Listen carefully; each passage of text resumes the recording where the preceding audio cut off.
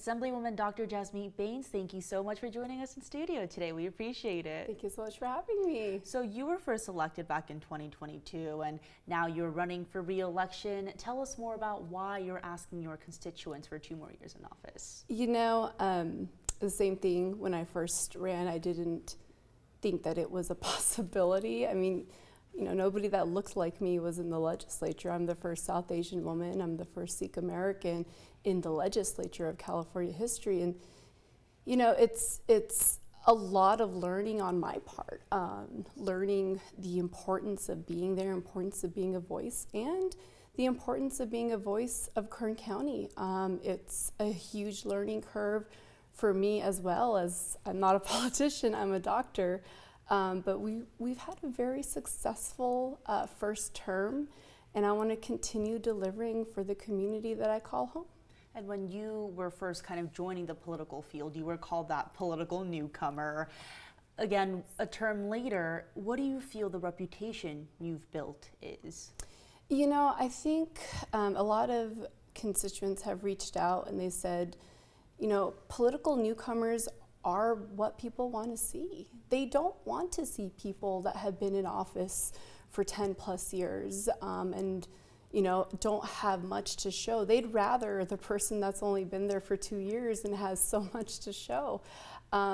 If being a political newcomer means bringing $40 million back to Kern County, bringing a medical school to Kern County, supporting our first responders, then hey, I'll take being a political newcomer because it seems to be working for Kern County right now.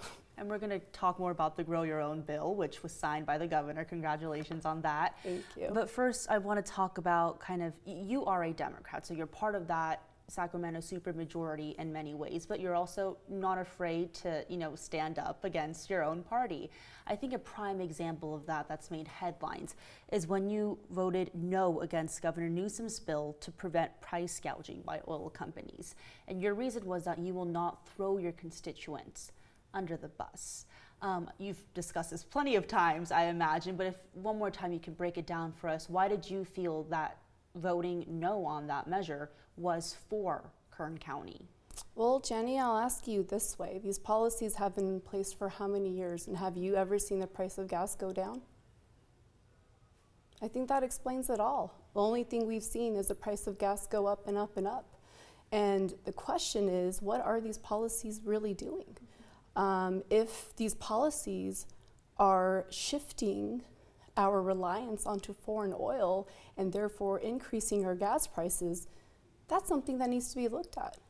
Or if these policies are shifting the burden of carbon neutrality transition onto the backs of vulnerable populations of Kern County, who's going to stand up for those communities? Kern County has some of the highest gas prices across the state. Who's going to ask those questions? So I think, you know, the voters themselves understand the dynamics of what these policies are creating, especially for places like Kern County. I've said this very many times. There are rural and urban divides in California.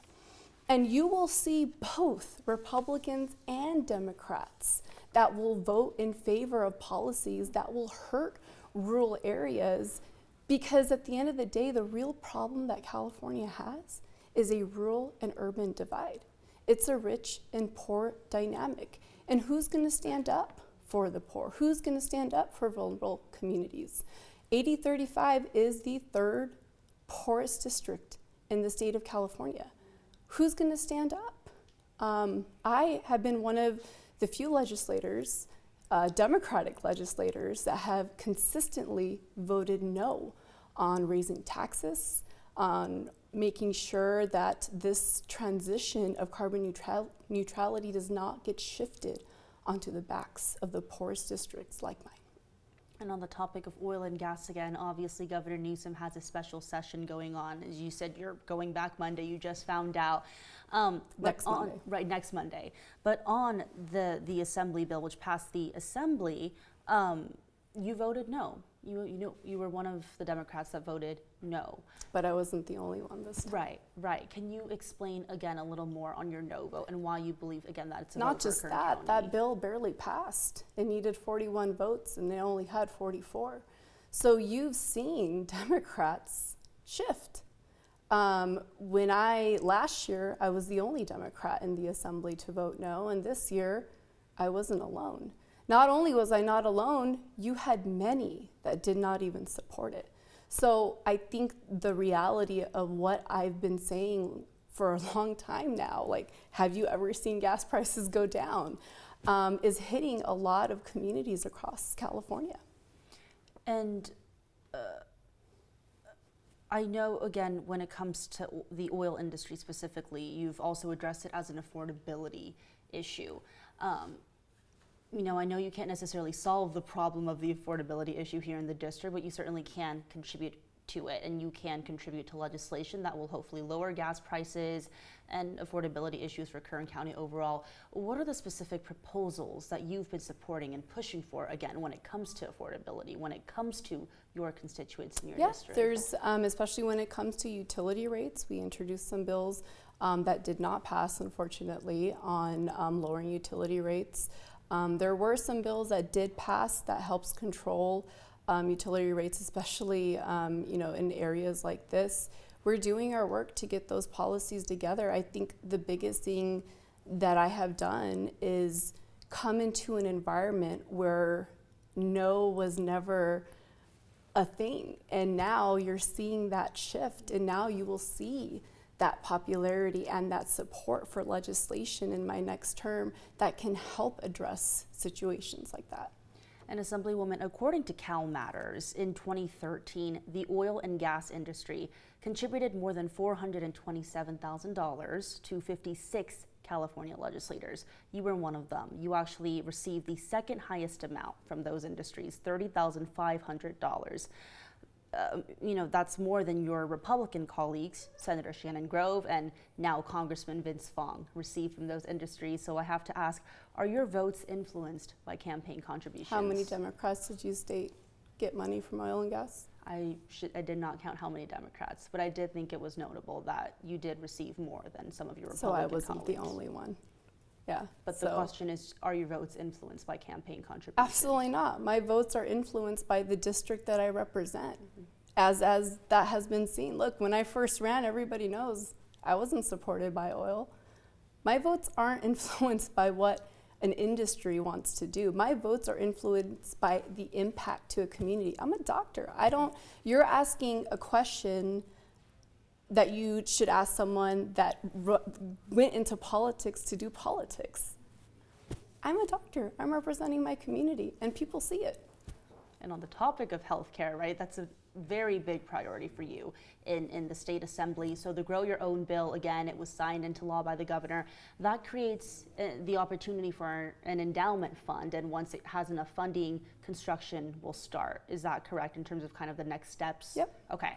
So where is most of the funding for this endowment fund coming from, Doctor? So this bill, signed by Gavin Newsom on Monday, states that a UC Kern Medical School will come to Kern County. I know there's been a lot of questions, how, when, what. Right. It has been signed into law by the highest authority of the state of California that a UC Kern Medical School is coming to Kern County. I mean, I don't know much more. This has brought strides and to a level that has never been there before.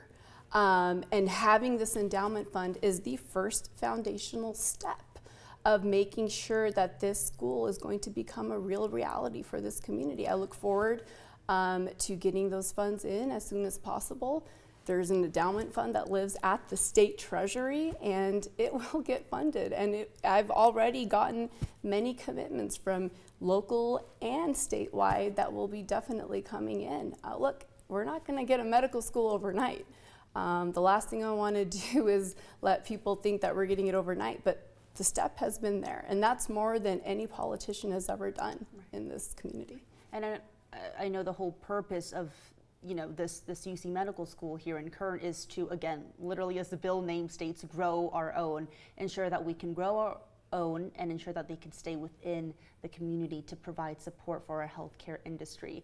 Can you just tell us a little bit more about why you think that is so essential in Kern and why we're seeing that kind of lack of healthcare professionals here? Look, as I said at the state of the county, Kern County has been, a lot of the industries that help support job growths have been shutting down because of Sacramento overreach.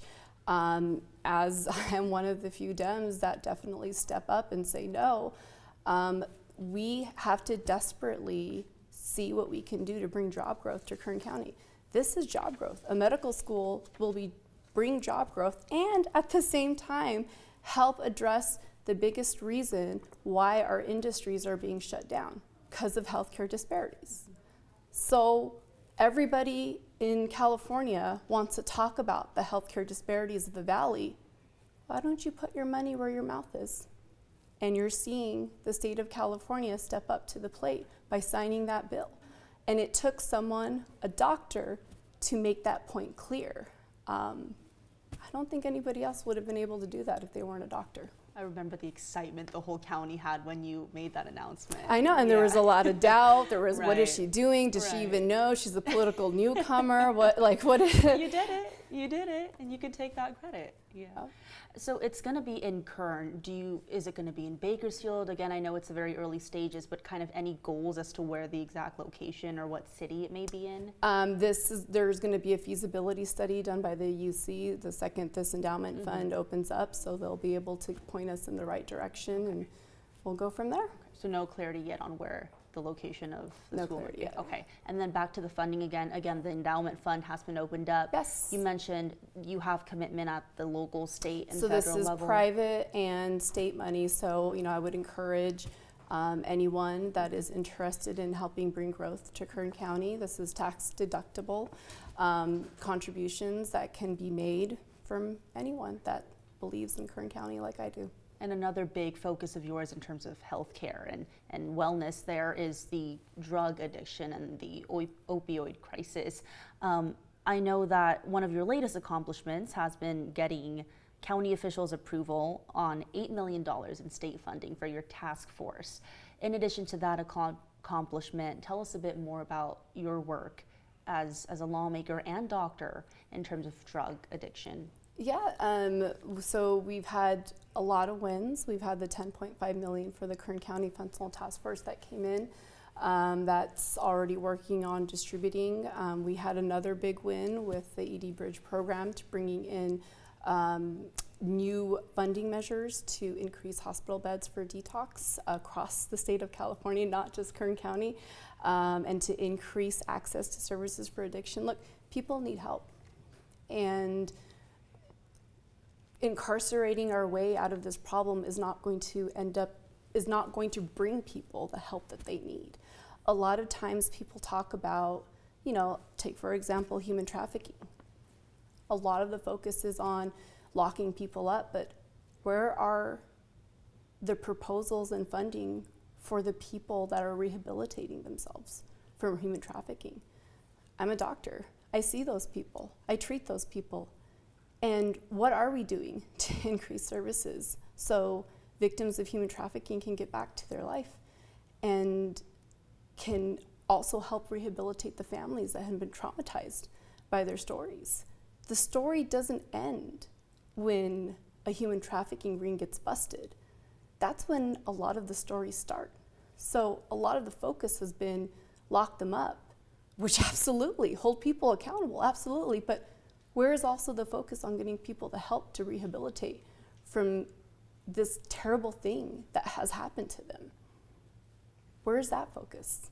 So additional funding and resources for the treatment and Yes. long-term treatment aspect of it all. Okay.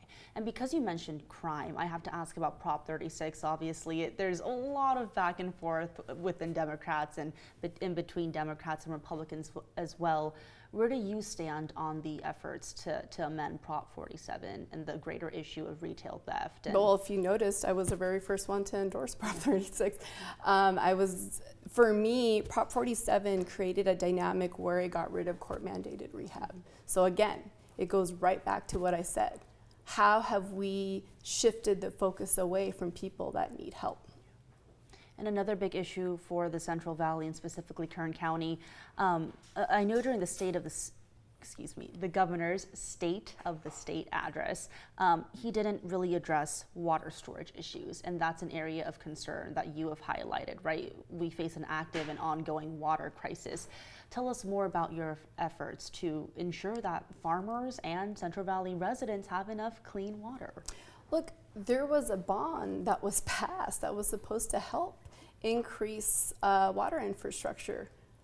That money was never released. So we've done what we've needed to do. It's about time to demand accountability from Sacramento. The voters have spoken. Where's the money? So back to the beginning, it's having a doctor in office is that person that's going to demand that accountability.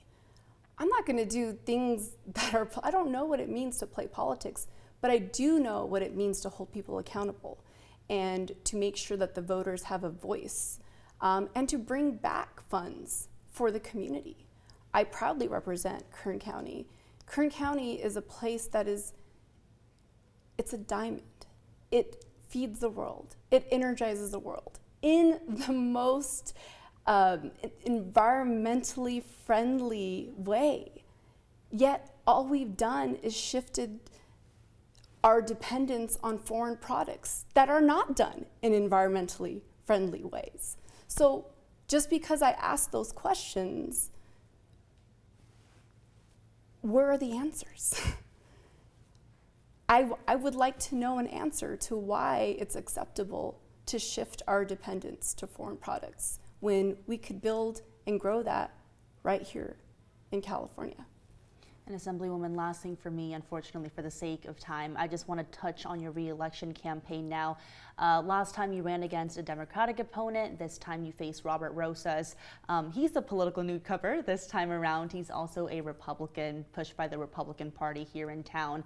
Tell us more about what this race is going to look like. I mean, the Californian just released an article calling it a drama-free race in the 2024 election, but from your perspective again, as the incumbent representing a majority Latino district that leans Democrat, this face-to-face with the Republican opponent, how is that going to look?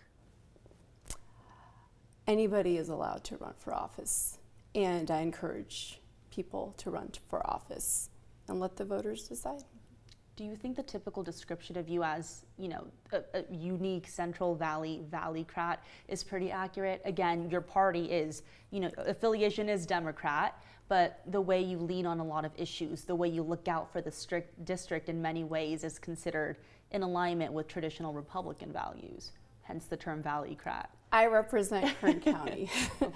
I've not been in politics long. I don't know what Valleycrat means. I don't know what progressive means. I don't know what moderate Dem means. I don't know what these terms mean. A lot of terms. But yeah. I do know what it means to be Kern County, and that's what I've shown.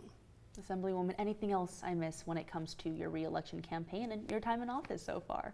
No, thank you so much for having me. Thank you so much for joining us. I appreciate it. Thank you. Thank you.